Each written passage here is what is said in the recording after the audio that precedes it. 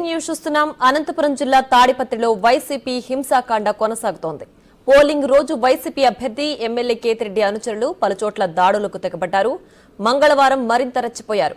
నిన్న మధ్యాహ్నం 3 గంటల సమయంలో సీనియర్ నాయకుడు సూర్యముని ఇంటిపై వైసీపీ ముక్కలు రాళ్ల వర్షం కురిపించాయి.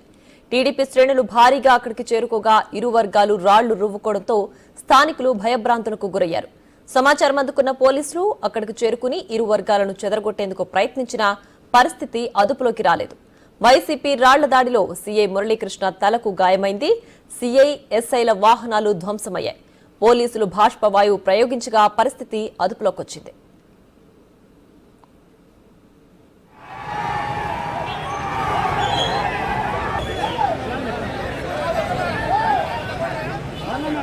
మరోవైపు మున్సిపల్ చైర్మన్ జేసీ ప్రభాకర్ రెడ్డి పెద్ద ఎత్తున అనుచరులతో సూర్యముని ఇంటికి చేరుకున్నారు.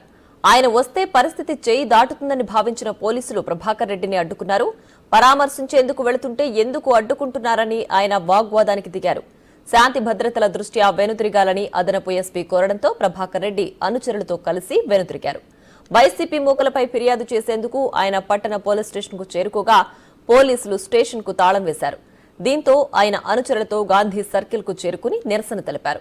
పోలీసులు నచ్చజెప్పడంతో కార్యకర్తలతో వెళ్లిపోయారు. వైసీపీ అల్లరి మూకలు మరోసారి రెచ్చిపోయాయి. ముందస్తుగా ట్రాక్టర్లతో రాళ్లను సిద్ధం చేసుకున్నాయి. పెద్దారెడ్డి ఇంటిపై నుంచి రాళ్లు విసరడంతో టీడీపీ కార్యకర్తలు పరుగులు తీశారు. దీపావళి రాకెట్లను వైసీపీ వర్గీయులు ప్రయోగించారు.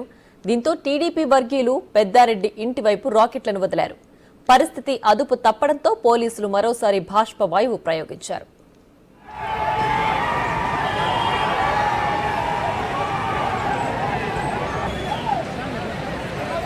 సీఆర్పీఎఫ్ బలగాలను రప్పించినా పరిస్థితి అదుపులోకి రాలేదు. రాత్రి 9 గంటలైనా దాడులు కొనసాగుతూనే ఉండడంతో పోలీసులు చేతులెత్తేశారు. సమస్యాత్మకమైన తాడిపత్రిలో పోలీసు అధికారులు ముందస్తు ప్రణాళిక రెడీ చేయకపోవడంతోనే పరిస్థితి ఇలా తయారైందన్న విమర్శలు వెల్లువెత్తుతున్నాయి.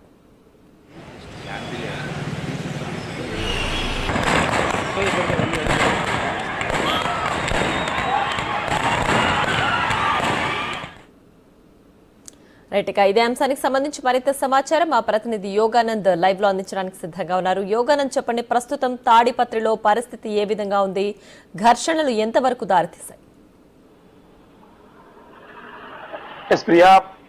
తాడిపత్రి అనేది ఒక క్రిటికల్ ప్రాంతమైనప్పటికీ పోలీసులు చర్యలు శూన్యంగా మారాయని చెప్పొచ్చు. పోలింగ్ అయితే ముగిసిన వెంటనే తీసుకోవాల్సిన చర్యలు ఏవైతే ఉన్నాయో అవి తీసుకోకపోవడం వల్ల ఈ సమస్య మొత్తం ఉత్పన్న కారణమని చెప్పొచ్చు. ముఖ్యంగా టీడీపీ నేత సూర్యముని ఇంటిపై వైసీపీ నేతలు దాడి చేయడంతో రగడ మొదలైన చెప్పొచ్చు.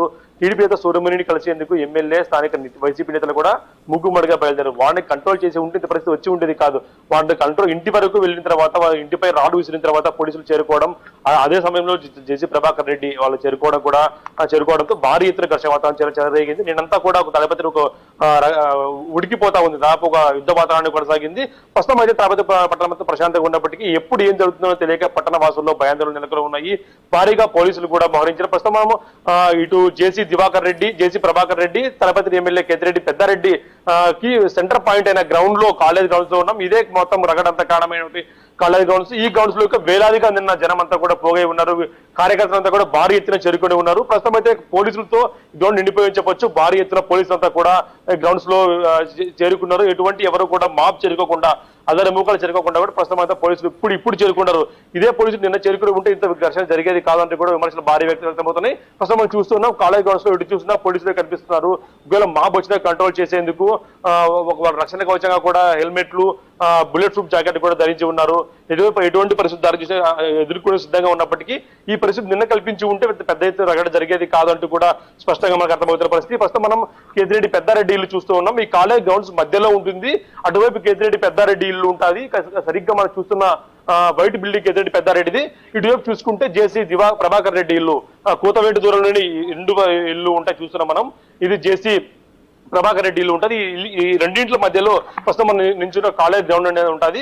ఈ కాలేజ్ గ్రౌండ్ లో నిన్న వేలాదిగా ఇటు వైసీపీ కార్యకర్తలు, టీడీపీ కార్యకర్తలు ఇరువురు కూడా భారీ ఎత్తున చేరుకొని అటువైపు నుంచి టపాసులు విసురుతూ, ఇటువైపు ఇంటిలోకి టపాసులు విసురుతూ కూడా విధ్వంసకాండ కొనసాగించారు. నిన్న సాయంత్రం పారామిలిటరీ దళాలు వచ్చేంత వరకు కూడా భారీ ఘర్షణ వాతావరణం సాయంత్రం 7 గంటలకు పూర్తిగా ప్రశాంతంగా మారని చెప్పొచ్చు. నిన్న సాయంత్రం 7